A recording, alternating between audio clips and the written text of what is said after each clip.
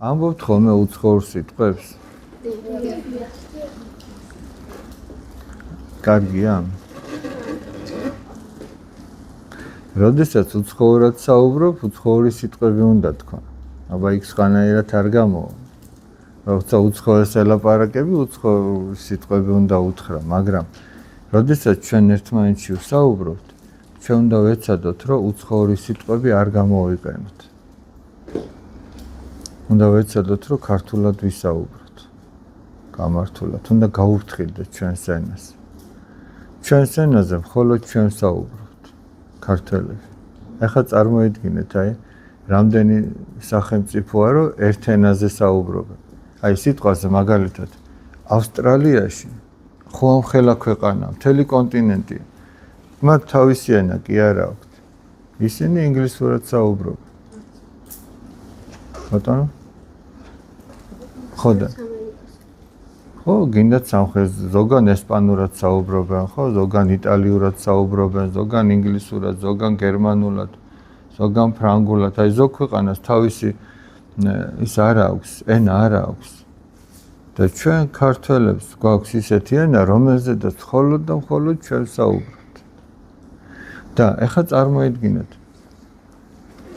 ამდენი სახელმწიფო არსებობს, ამდენი ენა არსებობს და დამწერლობა არის მხოლოდ და მხოლოდ 14. და ამ 14-ში ერთ-ერთი არის ქართული. წარმოგიდგენიათ? რამხელა ქვეყნებია, იცი, რომ თავისი დამწერლობა არ აქვს. და ერთ-ერთი უძველესი დამწერლობა არის სწორედ ქართული. ამიტომ და თან ქართველებს ჩვენ გვაქვს სამი ამბანი. იცით, რომ სამი ამბანი გვაქვს? მაგალითად, ხატებზე რო აწერიათ, შეხედეთ. იქ აწერია იესო ქრისტე, დიდი მღვდელმთავარი. და წიგნი როა გადაშლილი, იქაც ძველ ქართულად. ეგ არის ასომთავრული ბავშვები. ასომთავრული დამწერლობა. არის კიდევ ნუსხახუცური დამწერლობა. და არის მხედრული დამწერლობა, ის რითი თქვენ სწავლობთ სკოლაში. მხედრული ქვია მაგას. არის ნუსხახუცური, არის ასომთავრული. წარმოიდგინეთ, ერთ პატარა ქვეყანას სამი დამწერლობა აქვს, თავისი ენა აქვს, ხო და მაგას ჭირდება გაფრთხილება.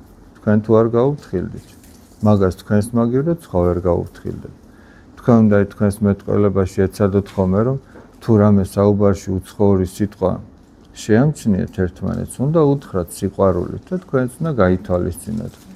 ჯობია რომ ქართულად ისაუბროთ. თორე ჩვენს ქვეყანაში იცი რა ხდება, ძალიან ბევრი უცხოელია შემოსული. ძალიან ბევრი უცხოელია შემოსული და თუ ესე გაგრძელდა, შეიძლება უცხოელები უფრო მეტნი იყვნენ ვიდრე ჩვენ ქართველები. წარმოგიდგენიათ, ეს არის კატასტროფა. ქართველები ცოტა ხანში შეიძლება უფრო ცოტანი ვიყოთ ჩვენს ქვეყანაში, ვიდრე უცხოეთიდან შემოსული ადამიანები. ეხლა ისინი ჩვენს ენას კი არ გაუფრთხილდებიან. იმათ თავისი საქმე აქვს აქ რო შემოდიან.